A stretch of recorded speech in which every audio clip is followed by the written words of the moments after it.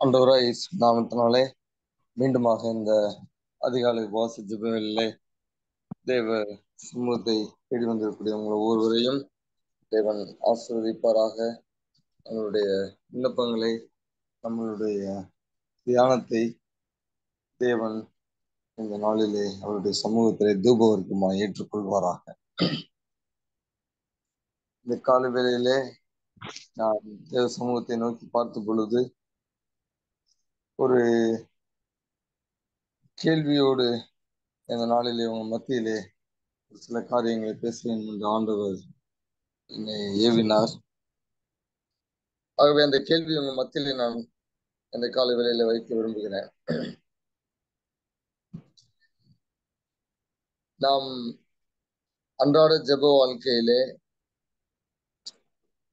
நமக்காக ஜெபிக்கிறோம், பிறருக்காகவும் ஜெபிக்கிறோம். பிறருக்காக நாம் ஜெபிக்கும் பொழுது ஒருவேளை நம்ம குழந்தைகளாக கூட இருக்கலாம், அல்லது நம்ம விசுவாச பிள்ளைகளா இருக்கலாம், நம்ம நண்பர்களாக இருக்கலாம். இன்டர்செசரி பிரேயர் அப்படின்னு சொல்லுவாங்க. ஸோ பிறருக்காக ஜெபிக்கும் பொழுது எப்படி நாம் ஜெபிக்கிறோம்?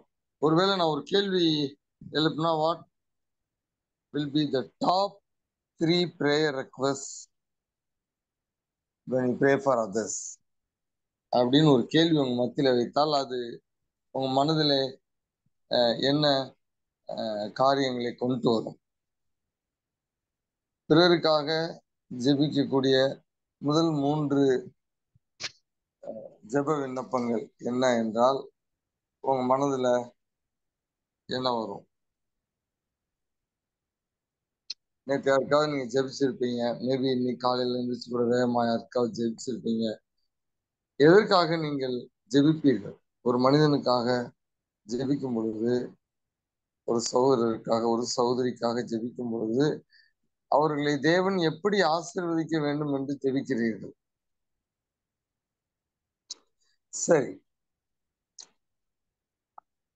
வேதத்திலே பவுல் அப்போஸ்தலர் நமக்கு ஒரு அற்புதமான ஒரு இன்டர்செசரி பிரேயர் கொலோசியர் புஸ்தகத்திலே கொலோசியர் புஸ்தகத்திலே 1ஆம் அதிகாரத்திலே 9வது வசனத்திலிருந்து கிட்டத்தட்ட 11ஆம் வசனம் வரைக்கும் ஒரு பிரேயர், ஒரு லாங் பிரேயர், கிட்டத்தட்ட ஒரு 7 விண்ணப்பங்கள் இருக்கிறது. நமக்கு எவ்வளவு டைம் இருக்கோ வேகமாக ஒரு சில காரியங்களை நாம் அதில் பார்க்க போகிறோம். சரி, பால் பிறருக்காக ஜெபிக்கும் பொழுது அவருடைய போக்கஸ் எதற்காக ஜெபிக்க வேண்டும் என்று அவருடைய கவனம் எங்கு இருந்தது என்பதை 1ஆம் வசனத்திலே நாம் பார்க்கிறோம். இது நிமித்தம் நாங்கள் அதை கேட்ட நாள் முதல் உங்களுக்காக இடைவிடாமல் ஜெபம் பண்ணுகிறோம். சோ முதலாவது இந்த ஜெபம் பால் பிறருக்காக ஜெபிக்கிறார். கொலோசியர் திருச்சபையின் விசுவாச பிள்ளைகளுக்காக ஜெபிக்கிறார். உங்களுக்காக இடைவிடாமல் ஜெபம் பண்ணுகிறோம். So it is a prayer for others in Colossae. So அவருடைய முதல் பிரேயர் ரெக்வெஸ்ட் என்னவா இருக்கு?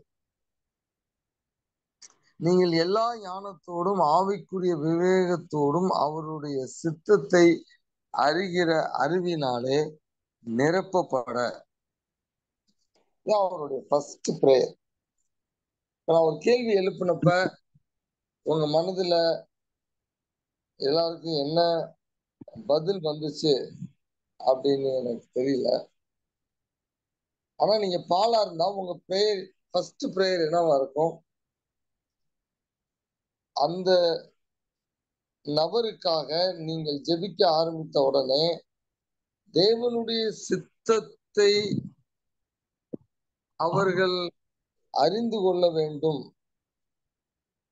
ஒருவேளை ஒரு உதாரணத்தை எடுத்துக்குவோம். ஒருத்தருக்காக நம்ம பிரேயர் பண்ணணும்னு தூண்டப்படுறோம். அவங்க ஒரு கடன் பிரச்சனையில இருக்கிறாங்க. ஸோ நம்ம எப்படி பிரேயர் பண்ணுவோம்? சும்மா யதார்த்தமா சொல்லுவோம், சரிங்களா? இந்த வசனத்தை பேஸ் பண்ணி நம்ம சொல்லக்கூடாது. நம்ம பொதுவா எப்படி ப்ரேயர் பண்ணுவோம்? ஒருத்தருக்கு கடன் இருக்கு, அல்லது ஒருத்தருக்கு வியாதி இருக்கு, அல்லது ஒருத்தருக்கு குடும்ப பிரச்சனை இருக்கு. நம்ம எப்படி ப்ரேயர் பண்ணுவோம்? டைரக்டா ப்ரேயர் பண்ணுவோம். ஆண்டவரே, கடன் பிரச்சனையை எடுத்து போட்டுருங்க. ஆண்டவரே, இந்த வியாதியை எடுத்து போட்டுருங்க. ஆண்டவரே, இந்த குடும்பத்துல இருக்கக்கூடிய உறவுல இருக்க பிரச்சனையை சரி பண்ணிடுங்க. அவ்வளவுதாங்க ப்ரேயர் பண்ணுவோம். அவ்வளவுதாங்க. ஸ்ட்ரெயிட்டா என்ன பிரச்சனையோ அதுக்கு ப்ரேயர் பண்ணிடுவோம். ஆனா நாம ஒருத்தர் வியாதியா இருக்கிறாங்கன்னு கேள்விப்பட்ட பிறகு, ஆண்டவரே, இந்த பலவீனத்தின் மத்தியிலே சரி பலவீனத்தை எடுத்து போடுங்க. இந்த பலவீனத்தின் நிமித்தமாக ஆண்டவர் என்ன சித்தம் வைத்திருக்கிறீர் அவர்களுக்கு என்பதை அவர்கள் அறிந்து கொள்ளும்படியான அந்த அறிவினாலே, அந்த ஞானத்தினாலே அவர்கள் நிரப்பப்படணும் அப்படின்னு நம்ம ஜெபம் பண்ணுவோமா? ரொம்ப ரேர் தான், அப்படிதானே? பால் இங்க அதுதான் நமக்கு சொல்லிக் கொடுக்கிறார். அது என்ன சொல்லிக் கொடுக்கிறார்? எந்த சூழ்நிலையிலும் எல்லாவற்றிலும் மனிதன் தேவனுடைய சித்தத்தை அறிகிற அறிவினாலே நிரப்பப்பட வேண்டும் என்பதுதான் நம்மளுடைய பிரதான ஜெப விண்ணப்பமா இருக்க வேண்டும்.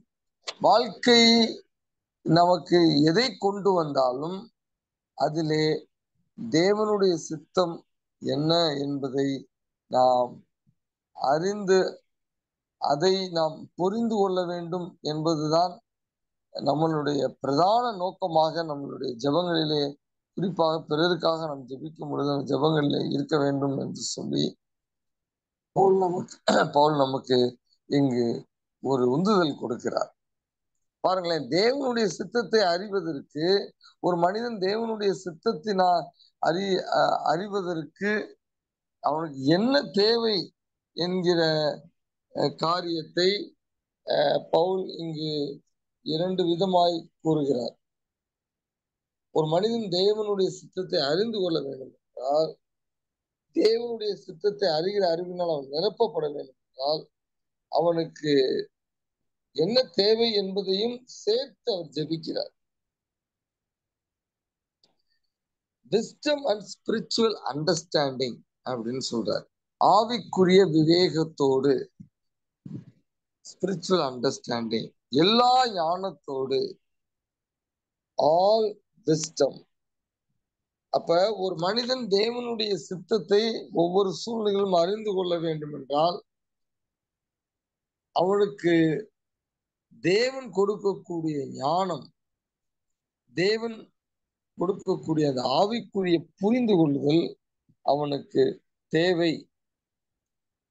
அப்ப ஒரு சிச்சுவேஷனை ஒருத்தரால ஹேண்டில் பண்ண முடியல அப்படின்னு சொல்லி நமக்கு பிரேயர் ரெக்வஸ்ட் வைக்கும் பொழுது, நம்ம இந்த மூன்றையும் ஒரே ரெக்வஸ்டாக வைத்து முதலாவது நாம் அவர்களுக்காக ஜெபிக்க வேண்டும். இதைத்தான் நாம் பவுல் இந்த ஜெபத்தின் மூலமாக நாம் கற்றுக்கொள்கிறோம். அப்ப இதிலிருந்து நமக்கு ஒரு காரியத்தை இந்த இந்த பவுலினுடைய ஜெபம் நமக்கு கற்றுக் கொடுக்குது. இன்டர்செசரி பிரேயர், அதாவது பிறருக்காக பரிந்துரை ஜெபம், பரிந்து பேசும் ஜெபம் அப்படின்னு சொல்லுவாங்க. இந்த இன்டர்செசரி பிரேயருக்கு பிறருக்காக நாம் ஜெபிக்கும் பொழுது நேரம் எடுத்து நாம் ஜெபிக்க நாம் தூண்டப்படுகிறோம். ஆலோசனை நமக்கு இங்கு கொடுக்கப்படுகிறது. ஏதோ ஒரு பிரச்சனை டக்குன்னு போனோம், ஒரு ஒரு குறிப்பிட்ட ஒரு ஸ்பெசிபிக்கா ஒரு ப்ரேயர் பண்ணோம் அப்படின்னு விட்டுட்டோம். ஓகே, நம்ம கடமை முடிஞ்சிச்சு அப்படிங்கிறதோட நம்ம நின்று விடாமல், அடுத்த கட்டமாக அந்த நபருக்கு ஆண்டவருடைய சித்தத்தை அறிகிற அறிவை தேவன் கொடுக்க வேண்டும். இன்னும் ஒரு ஸ்டெப் போய் நான் என்ன சொல்லுவேன்னா, அந்த தேவனுடைய சித்தம் என்ன என்பதை அந்த நபருக்காக நீங்கள் ஆண்டவரிடத்துல போராடி ஜெபிக்கலாம். அதற்காக தேவனிடத்துல நீங்கள் ஒரு சீசன் ஆஃப் பிரேயர், நீங்க டிக்ளேர் பண்ணி காத்திருக்கலாம்.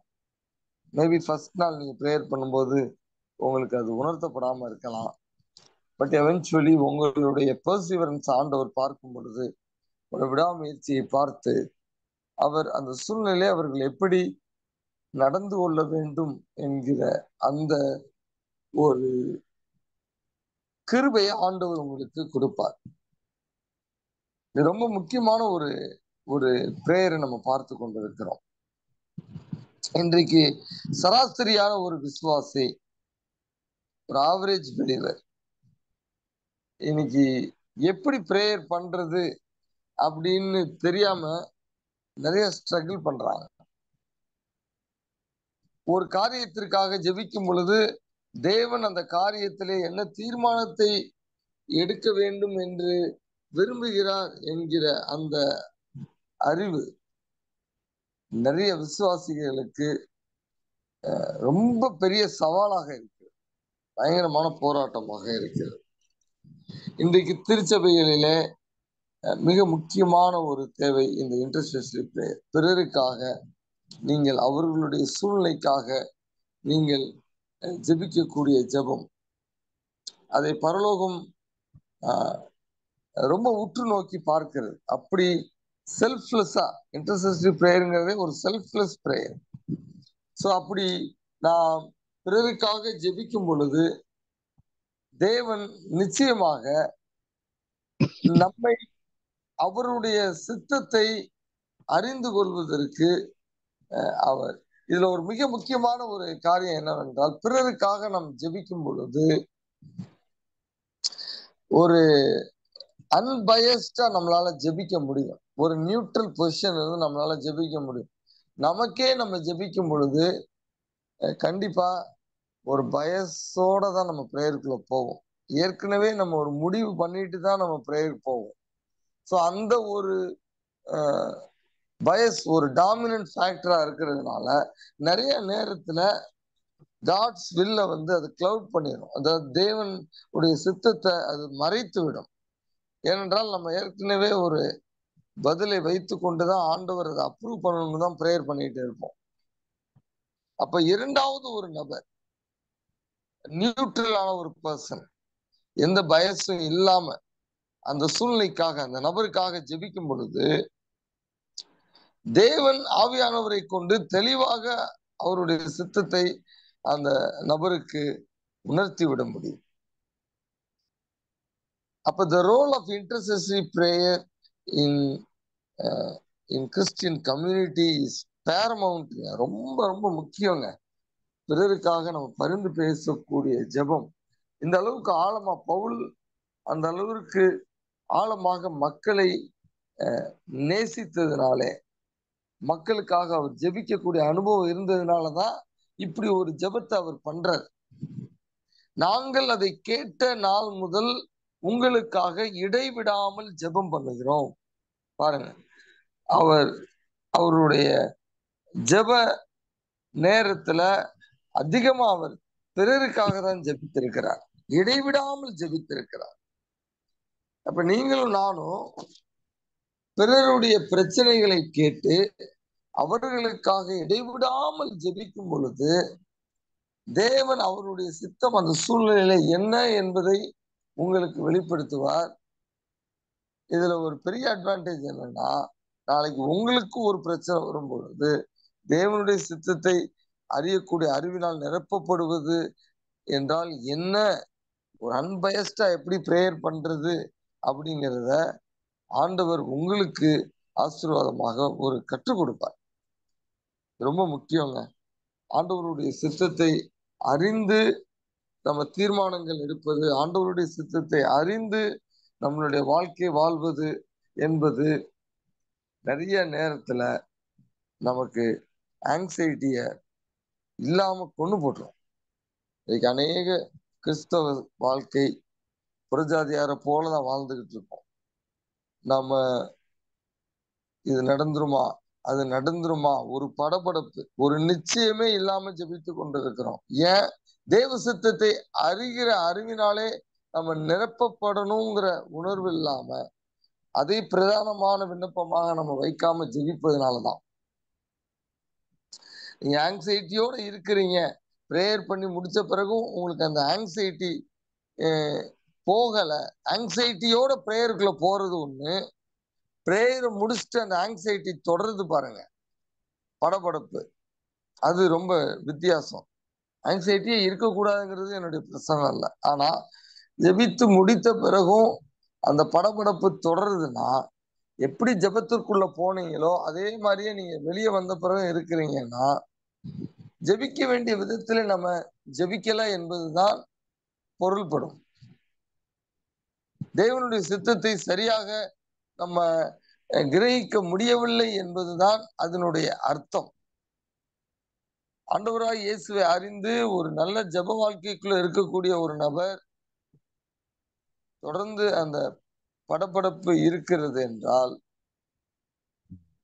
தேவனுடைய சித்தத்தை அறிய வேண்டிய விதத்திலே நாம் அறியவில்லை. அப்ப நம்மளுடைய ஜெபம் என்னவா இருக்கணும்? Fill me with the knowledge and அல்லது with the wisdom and the spiritual understanding to know your will of God. இதுதான் நம்முடைய ஜெபமா இருக்கும். ஆண்டவரே, எனக்கு நீங்க அந்த ஆவிக்குரிய ஞானத்தை, ஆவிக்குரிய விவேகத்தையும் அல்லது புரிந்து கொள்ளுதலையும் இந்த சூழ்நிலைக்கு எனக்கு தாங்க, அதனால என்னை நிரப்புங்க என்று சொல்லி நாம் பாரத்தோடு ஜெபிக்க வேண்டும். நிறைய உதாரணம் ஏற்கனவே நான் நிறைய ப்ரேயர் ஆன்சர்ட் ப்ரேயர் உங்களுக்கு நான் சொல்லியிருக்கிறேன். இந்த இந்த ரீதியா நமக்கு அந்த சாட்சி சொல்றதுக்கு நேரம் இல்லை. அடுத்த இன்னொரு 2 இதை வேகமா நான் சொல்லலாம்னு நினைக்கிறேன். ஆனா நீங்க ரீகால் பண்ணி பாருங்க, எப்படியெல்லாம் தேவனுடைய சித்தத்தை அறிந்து கொள்வதற்காக என்னுடைய ஹார்ட் ப்ராப்ளத்துல, என்னுடைய மனைவியினுடைய வேலை காரியங்கள்ல நிறைய நான் உதாரணங்கள் சொல்லியிருக்கிறேன். எப்படி தேவனுடைய சித்தத்தை அறியக்கூடிய அறிவினாலே நிரப்பப்படுவதற்கு என்ன என்ன ஒவ்வொரு நேரத்திலையும் ஆண்டவர் ஒவ்வொரு விதமான ஸ்ட்ராட்டஜி, அதாவது யுக்தியினால ஆண்டவர் நம்மை நடத்துவார். எல்லாமே ஒரே மாதிரி செய்ய மாட்டார். அதனாலதான் ஒவ்வொரு முறையும் நாம் ஆண்டவருடைய சித்தத்தை அறிவதற்காக ஆண்டவருடைய சமூகத்திலே காத்திருக்க வேண்டும். சரிங்களா? சரி, இரண்டாவது காரியம், இங்கிலீஷ் பைபிள்ல நம்ம வாசிக்கும் பொழுது இரண்டாவது ரெக்வஸ்ட் என்ன வருதுன்னா, 10வது வசனத்தினுடைய பின்பகுதி முதலாவதாக வரும். கர்த்தருக்கு பிரியம் உண்டாக அவருக்கு பாத்திரராய் நடந்து கொள்ளவும். ஆங்கிலத்துல நம்ம வாசிக்கும் பொழுது, may we live in a manner worthy of the Lord Jesus and please God in all respects. So 2 விண்ணப்பத்தை நாம் தொடர்ச்சியாக இங்கு படிக்கிறோம். முதலாவது என்ன? அவருக்கு பாத்திரராய் நடந்து கொள்ள வேண்டும். living in a manner worthy of the Lord Jesus.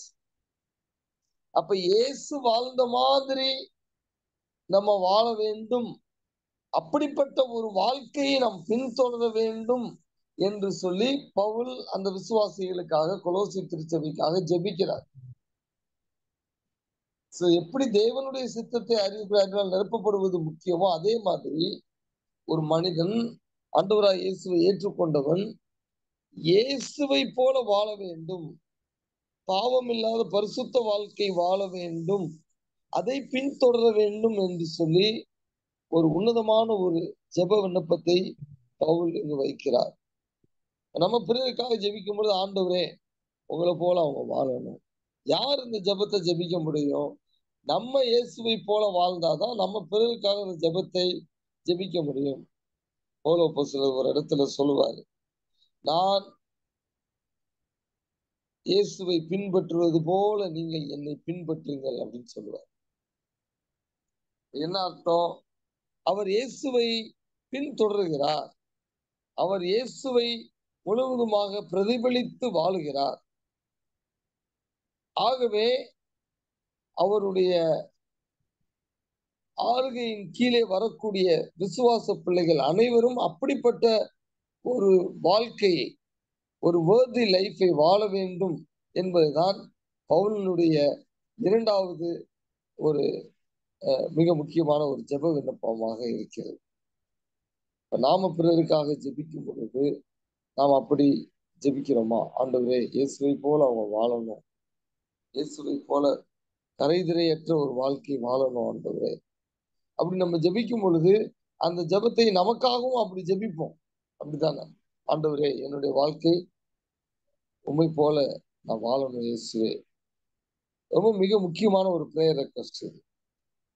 ஏன்னா இந்த பூமியில நாம் எவ்வளவு காலம் குறிக்கப்பட்டிருக்கிறதோ அந்த காலத்தினுடைய எக்ஸ்டென்ஷனுக்கு பிரைமரி பர்பஸ், அடிக்கடி நான் அந்த கேள்வியை கேட்டிருக்கிறேன் இந்த பிளாட்ஃபார்ம்ல.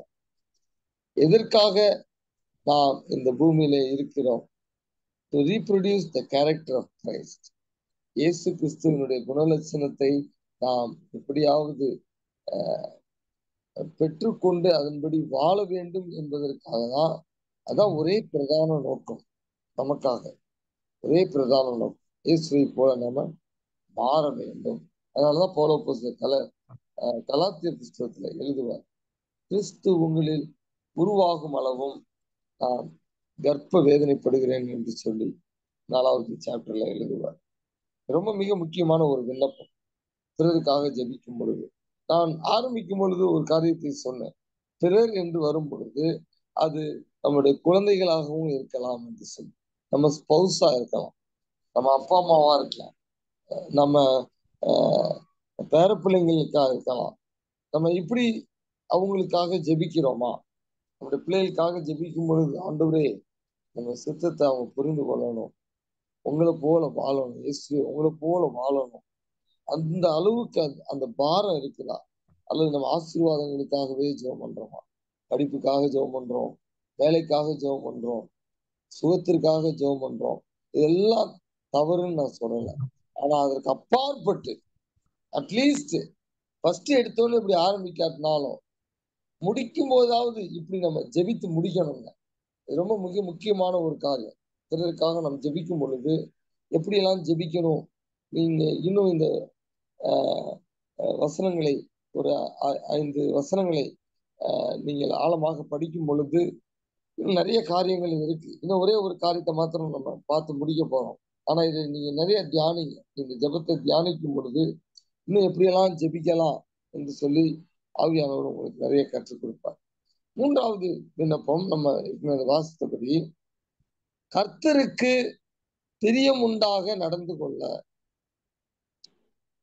அப்ப பவுல் என்ன ஜெபம் பண்றாரு? Help the believers in Colossae to please you God in all aspects of life.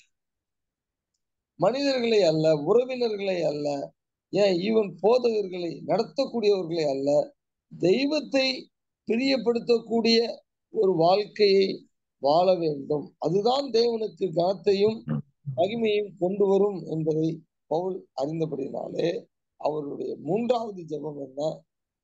தேவனுக்கு பிரியமான ஒரு வாழ்க்கையை வாழ வேண்டும். விசுவாச பிள்ளைகள், ஆண்டவரே உம்மை ஏற்றுக்கொண்ட இந்த பிள்ளைகள் உம்மை பிரியப்படுத்த வேண்டும். உம்மை ஏற்றுக்கொண்ட பிறகும் மனிதர்களை பிரியப்படுத்தக்கூடிய, அவர்களுடைய நண்பர்களை அல்லது உறவினர்களை பிரியப்படுத்தக்கூடிய ஒரு வாழ்க்கையை வாழாமல் உம்மை பிரியப்படுத்தக்கூடிய ஒரு வாழ்க்கையை வாழ்வதற்கான கிருபையை அவர்கள் பெற்றுக்கொள்ள வேண்டும் என்று சொல்லி அவர் பாரத்தோடு ஜெபிக்கிறார். நம்மளுடைய வாழ்க்கையை நம்ம யோசிச்சு பார்ப்போம். நாம் யாரை பிரியப்படுத்தி வாழ்ந்து கொண்டிருக்கிறோம்? அநேக நேரங்களிலே நம்மளுடைய ஜெபமே நமக்கு இந்த கேள்விக்கான பதிலை கொடுத்தது. நாம ஜெபிக்கக்கூடிய ஜெபத்தை பார்க்கும் பொழுது அது நாம தேவனுக்கு பிரியமான ஒரு வாழ்க்கையை வாழ்கிறோமா, அல்லது நமக்கே பிரியமான ஒரு வாழ்க்கையை வாழ்வதற்காக அந்த காரியத்திற்காக தேவனிடத்துல ஜெபிக்கிறோமா என்பதை நம்முடைய ஜெபம் தெளிவாக நமக்கு வெளிக்காட்டும். இந்த காலை வேளையிலே ஆண்டவருடைய சமூகத்தை நாம் தேடி வந்திருக்கிறோம். ஆண்டவரிடத்துல நம்மை ஒப்பு கொடுத்து நிதானித்து பார்ப்போம். நம்மளுடைய ஜெப வாழ்க்கை, குறிப்பாக பிறருக்காக ஜெபிக்கக்கூடிய ஜெபம் எப்படி இருந்திருக்கிறது? அவர்களுக்காக ஜெபிக்கும் பொழுது மாமிச ரீதியாகவே ஜெபித்துக் கொண்டிருக்கிறோமா? உலக பிரகாரமான தேவைகளுக்காகவே நாம் அதிகமான பாரம் எடுத்து மக்களுக்காக ஜெபித்துக் கொண்டிருக்கிறோமா? அந்த உலக பிரகாரமான தேவையை ஆண்டவர் அனுமதித்ததனுடைய நோக்கமே அவர்களுடைய வாழ்க்கை, ஆவிக்குரிய வாழ்க்கை திருப்பப்பட வேண்டும். இப்படி அவர்கள் ஜெபிக்க ஆரம்பிக்க வேண்டும் என்பதற்காக தான் ஒருவேளை ஆண்டவர் அந்த விதமான சூழ்நிலைகளை கூட அனுமதித்திருக்கலாம். ஆனால் அநேக நேரங்களிலே அதை நாம் புரிந்து கொள்ளாமல் அவர்களுக்காக ஜெபிக்கும் பொழுது நாம் மாமிச ரீதியாகவே நாம் என்ன நினைக்கிறோமோ அதையே ஜெபித்து விட்டு அது அவர்களுக்கும் ஆசீர்வாதமாக இல்லாமல் நமக்கும் அது ஆசீர்வாதமாக இல்லாமல் நம்மளுடைய ஜெப வாழ்க்கை இருக்கிறதா என்பதை நாம் இந்த காலை வேளையிலே ஆராய்ந்து பார்க்க வேண்டும். அநேக நேரங்களிலே ஆண்டவருடைய சித்தத்திற்காக அதை அறிந்து கொள்ள வேண்டும் என்கிற அந்த ஞானத்திற்காக அந்த ஆவிக்குரிய புரிந்து கொள்ளுதலுக்காக நாம் ஜெபிக்கும் பொழுது you will be shocked, you will be surprised. ஆண்டவர் ஒரு சில காரியங்களை உங்களுக்கு வெளிப்படுத்தும் பொழுது உங்களுக்குள்ளே ஒரு அதிர்ச்சி, ஒரு சர்ப்ரைஸ் தான் காத்திருக்கும். ஏனென்றால் நாம என்ன மாதிரி நினைச்சோமோ அதுக்கு நேர் மாறாக தான் அநேக நேரங்களிலே ஆண்டவருடைய சித்தம் இருக்கும். நிறைய நேரங்களிலே நாம் ஜெபிக்கும் பொழுது நமக்காக ஜெபித்தாலும் சரி, பிறருக்காக ஜெபித்தாலும் சரி, ஒரு காரியத்திற்காக ஜெபிக்கும் பொழுது நேர் மாறாக எதிர்மறையாக நமக்கு ஒரு பதில் வருகிறது என்றால் அது கண்டிப்பா ஆண்டவருடைய சித்தம் என்பதை நாம் எப்பொழுதுமே அறிந்து கொள்ள வேண்டும். இது ஒரு கோல்டன் ரூல். ஆண்டவருடைய சித்தத்திற்காக ஜெபிக்கும் பொழுது ஆண்டவர் தெளிவா உணர்த்துவார்.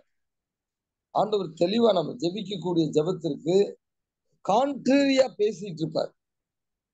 அப்ப நம்ம என்ன ஜெபம் பண்ணக்கூடாது, நம்ம என்ன நினைச்சு பிரேயருக்குள்ள போனோமோ அதையே மையமாக வைத்து எப்படியாவது அந்த ரீதியாகவே ஆண்டவர் நமக்கு பதில் கொடுக்க வேண்டும் என்று சொல்லி அது வரைக்கும் நம்ம ஜெபித்து கொண்டே இருந்தா அது சரியில்லாத ஒரு ஜெபம். ஒரு ஜெப அனுபவம் டக்குன்னு ஞாபகம் வருது. ஒரு நபர் என்னை அழைத்து ஜெபிக்க, ஒரு காரியத்திற்காக ஜெபிக்க வேண்டும் என்று அழைப்பு கொடுத்தார். சரி, ஒரு நாளை குறித்து உபவாசத்தோடு ஜெபிக்க சென்றோம்.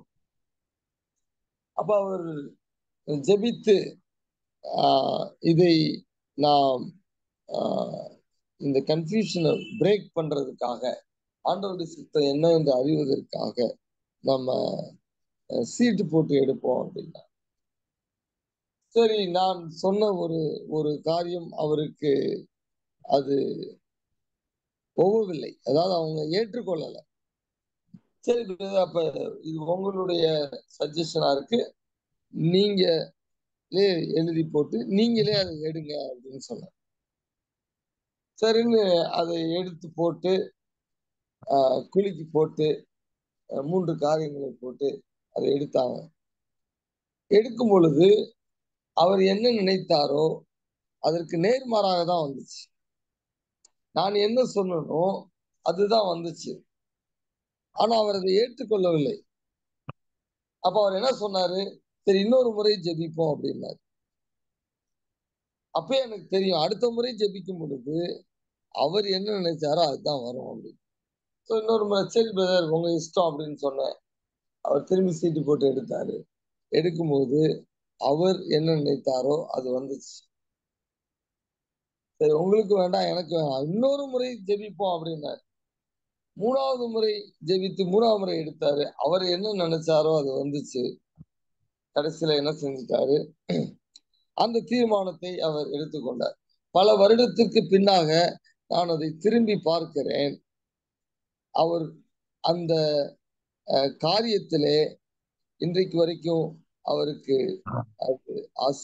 அவர் நினைத்த காரியம் அது நினைத்தபடி நடக்கவில்லை. அப்ப மாரல் ஆஃப் த ஸ்டோரி என்னன்னா, நாம் ஆண்டவருடைய சித்தத்திற்காக ஜெபிக்க செல்லும் பொழுது ஒரு பயசோட உள்ள போறது தவறு இல்லை. ஆனால் அதுல தேவ ஞானத்தையும் தேவனுடைய புரிந்து கொள்ளுதலுக்காக நாம் ஜெபித்து காத்திருக்கும் பொழுது ஆண்டவர் எதிர்மறையாக நமக்கு வெளிப்படுத்தும் பொழுது அதை நாம் ஏற்றுக்கொள்ள தயாராக இருக்க வேண்டும். அந்த ஓப்பன் மைண்டட்னஸ் ஓட உள்ள போ நீங்க ஒரு ஒரு முடிவோட உள்ள போறதுல தப்பு இல்லை. ஆனா ஓப்பன் மைண்டடோட அந்த முடிவோட உள்ள போகும்போது ஆண்டவர் உங்களுக்கு ஒரு சித்தத்தை வெளிப்படுத்துவதற்கான ஒரு கிரவுண்ட்ஸை நீங்க ஏற்படுத்துறீங்க. இது ரொம்ப முக்கியம். கொஞ்சம் தியரி மாதிரி இந்த நாள்ல நிறைய நான் பேசினேன். ஆனா இதை நீங்கள் சரியாக புரிந்து கொண்டீர்கள் என்றால், இதை குறித்து இன்னும் அதிகமாக நீங்கள் அறிந்து கொள்ள வேண்டும் என்று நீங்கள் ஆண்டவரிடத்தில் ஜெபித்தால் ஆவியானவர் உங்களை பலப்படுத்துவார். அப்போ உங்க லைஃப் ஒரு கேம்பிளிங் லைஃபா இருக்காதுங்க. இன்னைக்கு கிறிஸ்டியன் லைஃப் நிறைய பேருக்கு கேம்பிளிங்கா தான் இருக்கு. இது செய்யலாமா, அது செய்யலாமா, ஓகே இப்படி இருந்தா அப்படி செய்யலாம், அப்படி இருந்தா இப்படி செய்யலாம். அவசியமே இல்லைங்க. தெளிவா நீங்க ஆண்டவருடைய சித்தத்தை அறிந்து கொண்டு நீங்க அந்த ஒரு ஆங்ஸைட்டி இல்லாத ஒரு வாழ்க்கையை வாழலாம். நிச்சயத்தோடு நீங்க ஒரு வாழ்க்கையை வாழலாம். அதை ஆண்டவர் கொடுப்பதற்கு அவர் தயாராக இருக்கிறார், சித்தமுள்ளவராக இருக்கிறார். நீங்க எந்த அளவிற்கு விடாமுயற்சியோடு பவுலை போல பாரத்தோடு ஜெபிக்கிறீங்க அப்படிங்கிறதுலதான் உங்களுடைய சக்சஸ் இருக்கு. உங்களுடைய பிரேயர் லைஃபினுடைய சக்சஸ். கண்களை மூடுவோம். இந்த காலை வெள்ளி ஆண்டவருடைய சமூகத்திலே பவுல் ஜெபித்தது போல நம்ம ஜெபிப்போம். ஆண்டவரே, fill me with the spiritual wisdom and understanding to know your will, O God. தேவனே, உங்க சித்தத்தை அறிவதற்காக எனக்கு உம்முடைய ஞானமும் உம்முடைய அறிவினாலும் நான் நிரப்பப்பட ஆண்டவரே எனக்கு கிருபதாரம் என்று சொல்லி ஆண்டவரிடத்துல ஜெபி. ஒருவேளை நீங்கள் ஏதோ ஒரு காரியத்திற்காக தீர்மானம் எடுப்பதற்காக நீங்கள் இந்த காலகட்டங்களிலே ஜெபித்து கொண்டிருக்கலாம். அப்படி ஜெபிக்கும் பொழுது உங்கள் மனதிலே ஒரு சில போராட்டங்கள், ஒரு சில கன்ஃபியூஷன் இருக்கலாம். ஆண்டவரே, நான் என்ன தீர்மானம் எடுக்க வேண்டும் என்று தெரியலையே, எந்த தீர்மானம் எடுக்கணும் என்று சொல்லி எனக்கு நீங்க ஒரு தெளிவான ஒரு புரிந்து கொள்ளுதலை தாங்க ஆண்டவரே என்று சொல்லி ஆண்டவருடைய சமூகத்திலே நீங்கள் உங்களை ஒப்பு கொடுத்து இந்த காலை வெளியில ஒரு ஜெபத்தை ஆரம்பிங்க. மேபி இந்த 24 மணி நேரத்துல ஆண்டவர் உங்களுடைய மனதை திடப்படுத்துவார்.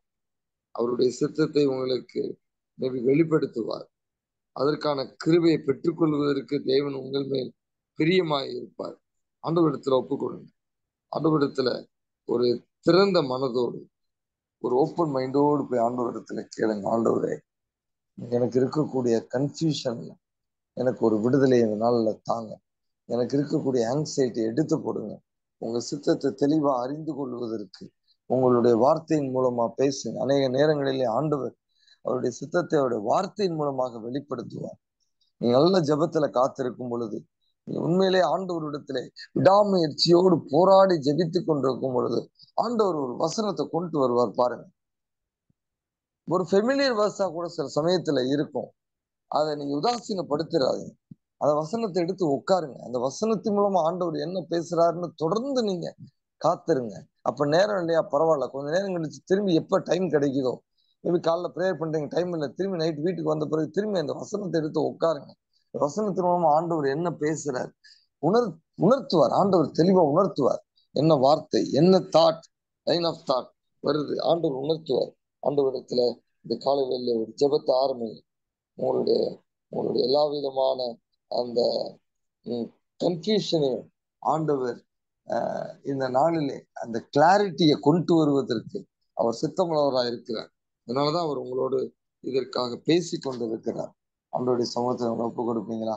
அன்புள்ள ஆண்டவரே, இந்த காலை வேளையில யார் யாரெல்லாம் ஒரு சிறந்த மனதோடு என்னுடைய வாழ்க்கை சரியாக நிதானிக்க முடியவில்லை, தேவ திட்டத்தை என்னால் அறிந்து கொள்ள முடியவில்லை, ஒரு ப்ராபபிலிட்டி கேமே என்னுடைய லைஃபாக இருக்கிறது ஆண்டவரே, ஆனால் இனி அது மாற வேண்டும் என்று சொல்லி யார் யாரெல்லாம் ஆண்டவரே ஒரு ஒரு மன பாரத்தோடு உம்முடைய சமூகத்தில் இந்த காலை வேளையில ஜெபிக்கிறார்களோ, தகப்பனே, உம்முடைய ஞானத்தினால், உம்முடைய அறிவினால், உம்முடைய ஆலோசனையினால் அவர்களை நிரப்பி வரக்கூடிய நாட்களிலே அவர்கள் தேவனுடைய சித்தத்தை ஒவ்வொரு காரியங்களிலும் ஒவ்வொரு சூழ்நிலைகளிலும் தெளிவாக புரிந்து கொள்வதற்குரிய ஞானத்தினால் நீ நிரப்புங்க என்று ஒவ்வொருவரையும் நான் ஆசீர்வதித்து ஜெபிக்கிறேன்.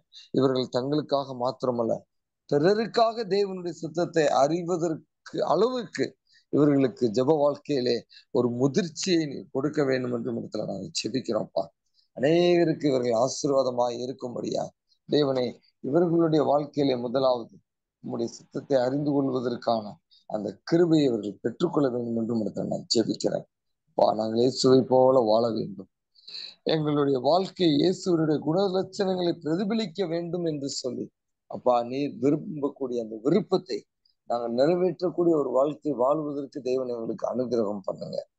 அது மாத்திரமல்ல, நாங்கள் மனிதர்களை பிரியப்படுத்துவதற்கல்ல, எங்களுடைய நண்பர்களை, எங்களுடைய உறவினர்களை, எங்களுடைய அப்பா அம்மாவை, எங்களுடைய ஆண்டவரே கணவன் மனைவி, எங்களுடைய பிள்ளைகளை பிரியப்படுத்துவதற்காக இந்த பூமியில நாங்கள் இல்லப்பா, உம்மை பிரியப்படுத்துவதற்காக இருக்கிறோம் என்பதை நீர் எங்களுக்கு நினைவுபடுத்தினீர். நாங்கள் வாழக்கூடிய எங்கள் வாழ்க்கை அப்பா உம்மை பிரியப்படுத்தக்கூடிய ஒரு வாழ்க்கையாக இருப்பதற்கு ஆண்டவர் எங்களுக்கு அப்படிப்பட்ட ஒரு கிருபையை தர வேண்டும் என்று ஜெபிக்கிறோம்.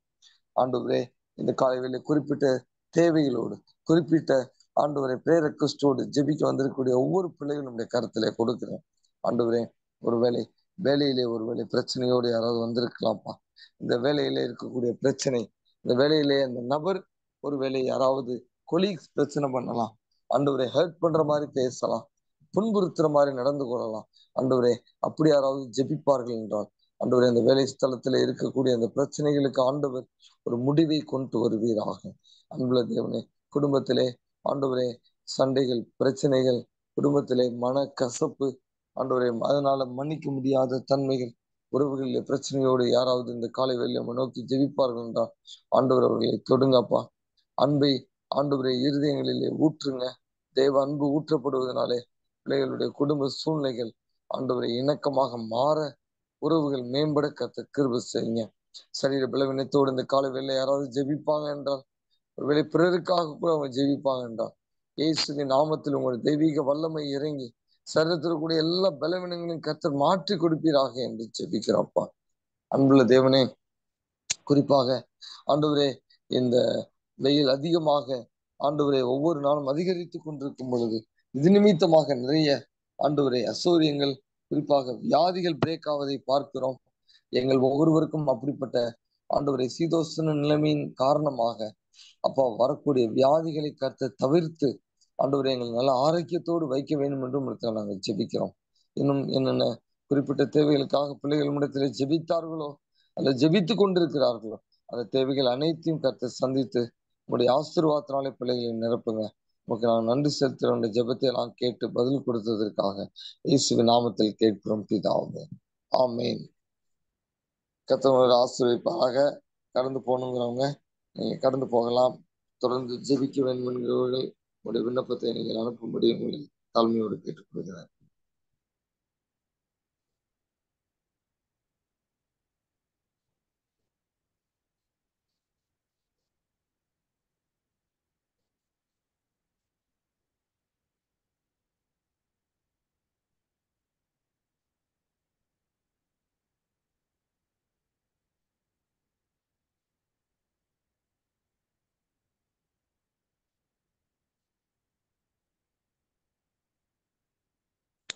ஒரு மிஷினரிக்காக ஜெபிக்க கேட்டுக்கொண்டிருக்கிறாங்க. ராஜஸ்தான்ல அவர் ஊழியத்தை செய்து கொண்டிருக்கிறார். அவர் தேவனையும் அவர் இந்து மார்க்கத்திலிருந்து மாறி வந்தவர். தேவனை ஏற்றுக்கொண்டு வந்து ஊழியத்தை செய்தாலும், திருச்சபையை கற்ற அளவுக்கு அவர் கிருபை இருந்தாலும், அவர் தன்னுடைய பழைய பாரம்பரியத்தையும் சேர்த்து வைத்து பெலிசுனி அந்த மாதிரி காரியங்களையும் வைத்து கலந்து ஊழியத்தை செய்கிறார். அந்த நிலை மாற வேண்டும் என்று சொல்லி ஜெபிக்க கேட்டுக்கொண்டிருக்கிறாங்க. அவருடைய சமூகத்திலே நபருக்காக நான் ஜெபிப்போம். ஆண்டவரே, அருமையான இந்த சகோதரருக்கு வருகிறோம். தேவனே, உம்முடைய ஊழியத்தை செய்வதற்காக உம்மை ஏற்றுக்கொண்டு உம்முடைய அழைப்பை ஏற்றுக்கொண்டு வந்து அதற்கு பின்பதாகவும் ஆண்டவரே பழைய பழக்க வழக்கங்களில் இருந்தும் ஆண்டவரே அந்த மகன் இரண்டையும் கம்பைன் பண்ணி ஊழியத்தை செய்து ஜனங்களையும் அவர் இடறுவதோடு இல்லாமல் ஜனங்களையும் இடர பண்ணக்கூடிய ஊழியக்காரருக்காக ஜெபிக்கிறோம். ஆண்டவர் உம்முடைய கிருபையினால் இந்த மகனை தொட்டு ஒரு பெரிய மாற்றத்தை கொண்டு வருவீராக. இயேசுவின் நாமத்தில் ஒரு புரிந்து கொள்ளுதலை தாங்கப்பா. இது எவ்வளவு அவருக்கு சாபமாக இருக்கும் என்பதை அவர் உணர்ந்து கொள்ள கிருபை செய்யுங்க. அநேகரை மிஸ்லீட் பண்ணக்கூடிய இந்த வேலையை தடுத்து நிறுத்த கிருபை செய்யுங்கப்பா. ஆண்டவரே, இது நிமித்தமாக அவருக்கு சமூகத்தில் பலவீனம் கூட ஏற்பட்டிருக்கலாம். அந்த அவருக்கு இருக்கக்கூடிய சரீர பலவீனத்தை இயேசுவின் நாமத்தில் நீ நீக்க வேண்டும். அவருக்கு இருக்கக்கூடிய இந்த துணிகரத்தை நீ மாற்ற வேண்டும். இதனால ஜனங்கள் பாதிப்படையாமல் இருக்க ஆண்டவர் அனுகிரகம் பண்ணுங்க. உமக்கு நாங்கள் நன்றி செலுத்துகிறோம். இந்த ஜெபத்தை கேட்டு இந்த ஊழியக்காரனை தொட்டு மாற்றுகிறதுக்காக இயேசுவின் நாமத்தில் ஜெபிக்கிறோம் பிதாவே. ஆமென். நாங்கள் வெளிநாட்டிலே சென்று எங்களுடைய குழந்தையினுடைய திருமணத்திற்காக அமெரிக்க தேசம் செல்லக்கூடிய அருமையான சகோதரர் அலெக்சாண்டர் அவர்களுக்காக, அவருடைய குடும்பத்திற்காக ஜெபிப்போம். அவருடைய மகளுடைய திருமணத்திற்காக சீக்கிரமா அமெரிக்கா செல்ல இருக்கிறாங்க. ஆண்டவரிடத்திலே அந்த குடும்பத்திற்காக நாம் ஜெபிப்போம். ஆண்டவரே, அருமையான சகோதரர் அலெக்சாண்டர் சார்ல்ஸ் அவர்களுக்காக நான் ஜெபிக்கிறேன். அவர்களுடைய வெளிநாட்டு பயணங்களை உங்களுடைய கருத்திலே கொடுக்கிறேன். அவர்களுடைய அமெரிக்க பயணத்தை ஆசீர்வதிங்க. அவருடைய மகளுக்கு ஆண்டவரே, நீர் அங்கு வைத்து திருமணம் நடக்க வேண்டும் என்பதை நீ முன்னறிந்திருக்கிறீர். அதற்கு அநேக ஏற்பாடுகளை அவர்கள் செய்து கொண்டிருக்கிறார்கள். தேவனுடைய திட்டப்படி, தேவனுடைய சித்தப்படி இந்த பிரயாண கிருபைகளை அவர் பெற்றுக்கொண்டு ஆண்டவரே, இந்த திருமண காரியங்கள் தேவனுடைய ஆசீர்வாதத்தினால எந்த குறைவுகள் இல்லாமல் நிறைவாக நடந்து முடிந்து மீண்டுமாக சகோதரர் ஆண்டவரே, உம்முடக்கு ஆண்டவரே, நீ இந்த காரியங்களுக்காக நாங்கள் ஜெபித்தோம். ஆண்டவர் திருமணத்தை அனுமதி நடத்தி கொடுத்தீர் என்று நன்றி செலுத்தும்படியான ஆண்டவருக்கு கர்த்தர் பலத்த காரியத்தை செய்யுங்க. கர்த்தர் எனக்காக யாவற்றையும் செய்து முடிப்பார் என்கிற வார்த்தையின்படி நீரே ஒவ்வொரு காரியத்திலும், ஒவ்வொரு அரேஞ்ச்மெண்ட்ஸிலும், ஒவ்வொரு ஆண்டவரை ஈவன் டிராவலிங் மர்சிஸ் எல்லாவற்றிலும் ஆண்டவர் கிருபையாக இருந்து நடத்துங்க. நன்றி செலுத்துகிற அந்த ஜெபத்தை கேட்டதற்காக இயேசு நாமத்தில் கேட்கிறோம் பிதாவே. ஆமென்.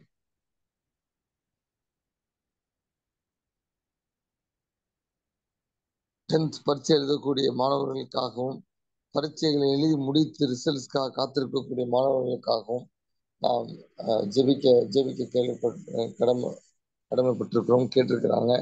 நம்மளோட ஆண்டவரே, அன்பான எங்களுடைய மாணவ பிள்ளைகளுக்காக ஜெபிக்கிறோம்.